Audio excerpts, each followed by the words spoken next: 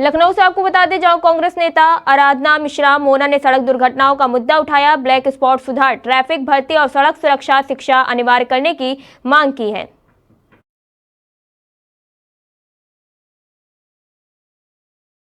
चलते हैं और सबसे बड़ी बात यह है कि आज की तारीख में लगातार सड़क दुर्घटना से हो रही मौतें बढ़ती चली जा रही हैं। कई वजह है इसकी, और जो सबसे बड़ी वजह है वो है ओवर स्पीडिंग, नियमों की अनदेखी और नियमों की शिथिलता। माननीय अध्यक्ष जी, अगर हम आंकड़े देखें तो लगभग 45,000 से अधिक मौतें प्रतिवर्ष उत्तर प्रदेश में हो रही हैं, सड़क हादसे हो रहे हैं, जिसमें 24,000 से अधिक लोगों की मौतें हो रही। ये 10.2% का ये पिछले साल से ये लगातार राइज हो रहा है। और डेथ परसेंटेज में अगर देखें तो 12.8% मृत्यु दर एक्सीडेंट से संबंध में बढ़ती जा रही है। अगर इनको हम गंभीरता से समझें तो प्रतिदिन औसत में 65 लोगों की मौतें हो रही हैं। ये छोटा आंकड़ा नहीं है, यानी हर घंटे 3 लोगों की मौत हो रही है और हर 20 मिनट में एक परिवार उजड़ जा रहा है। और सबसे बड़ी बात यह है कि जो सड़क दुर्घटनाओं में मौतें हो रही हैं, इसमें 50% से अधिक युवा हैं, जो कि इस देश का भविष्य है।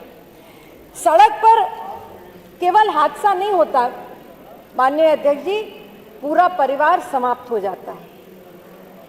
अगर मैं 3 घटनाओं का मैंने अपनी नोटिस में भी दिया है।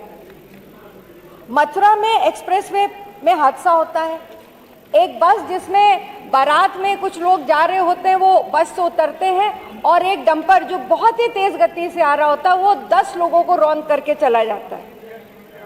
इसी महीने रायबरेली में गंगा एक्सप्रेसवे, जो अभी तक चालू भी नहीं हुआ है, उस गंगा एक्सप्रेसवे पर दर्दनाक हादसा होता है, जिसमें 9 बच्चियां भी थी, महिलाएं भी थी, वो दुर्घटनाग्रस्त होते, जिसमें से 4 की मौत हो जाती है ऑन द स्पॉट।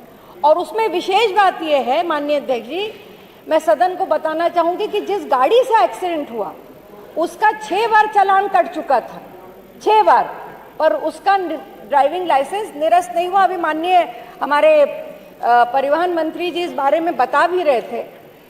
ये बहुत ही गंभीर बात है, इसका संज्ञान लेना चाहिए।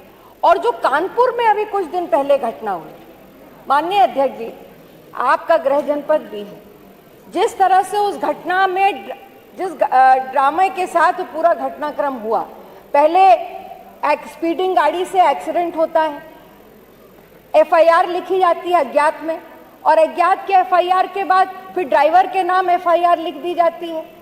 कोर्ट में पहुंच जाते हैं कि ड्राइवर गाड़ी चला रहा था। उसके बाद थाने के अंदर समझौता भी हो जाता है। पर मैं बधाई दूंगी हमारे मीडिया के साथियों का, उन्होंने इस पूरे मामले को जिस तरह से लगातार इस पर निगाह में रखा।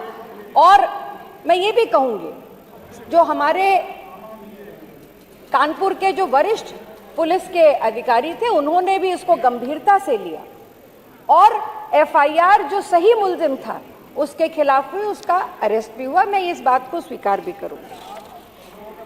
पर माननीय अध्यक्ष जी, मैं एक बात जरूर पूछना चाहती हूं कि क्या केवल इसको मानवीय त्रुटि के नाम पर, नेग्लिजेंस के नाम पर इसको ओवरलुक किया जा सकता है? सरकार प्रयास कर रही है, इसमें कोई दो राय नहीं। अभी 31 जनवरी से सड़क सुरक्षा अभियान चलाया गया, माननीय मंत्री जी ने अभी सदन में बताया। 4E मॉडल की बात कही, education, enforcement, engineering and emergency care, और बड़े विस्तार से माननीय मंत्री जी ने बताया भी।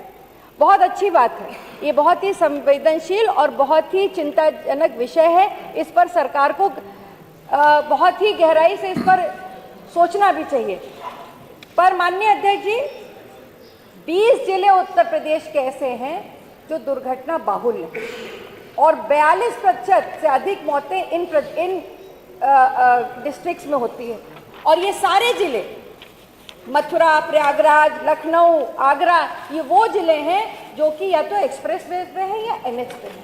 बस मैं 1-2 मिनट में बात को खत्म करूंगी। आगरा में अगर आंकड़े देखें तो 546 लोगों की सड़क हादसे में 2024 में मौत हुई, तो 2025 में ये आंकड़ा 748 हो गया। माननीय, इसकी सबसे बड़ी वजह है कि 44 ब्लैक स्पॉट्स आइडेंटिफाई किए हैं, सरकार ने खुद किए। दूसरा, बाराबंकी जिला, यहाँ पर दुर्घटना बहुल क्षेत्र में ये देश के 100 जिलों में से आता है। अब मैं सिर्फ एक बात कहना चाहती हूँ, उसकी सबसे बड़ी वजह क्या है कि वहाँ पर इंटेलिजेंस ट्रैफिक मैनेजमेंट सिस्टम जो लगाया गया है वो पूरी तरह से निष्क्रिय है, काम नहीं कर रहा है। मेरा केवल इतना कहना है कि आखिर वजह क्या है, ये रोड एक्सीडेंट्स की वजह क्या है? स्पीडिंग बहुत बड़ी वजह है, नशे में गाड़ी चलाना दूसरी वजह है, और तीसरी वजह है कि जो हमारी सुरक्षा प्रणाली जिसकी व्यवस्था हम कर रहे हैं वो पूरी तरह से काम नहीं कर रही। प्रत्येक जिले को जहां ब्लैक स्पॉट आपने चिन्हित किए हैं वहां के इंजीनियरिंग ऑडिट कराइए, सड़क की संरचना, डिजाइन और सुरक्षा की व्यवस्था में जो भी कमियां हैं उसको पूरा करिए, और ITMS सॉफ्टवेयर तत्काल हर जगह पर वो पूरी तरह से लागू हो, ये आवश्यकता और ये जिम्मेदारी भी सरकार की होनी चाहिए। दूसरी, जो मैन पावर की कमी है, आज 25 करोड़ की आबादी वाले प्रदेश में जहां 5 करोड़ वाहन चल रहे हैं, मात्र ट्रैफिक पुलिस वहां पे 9,000।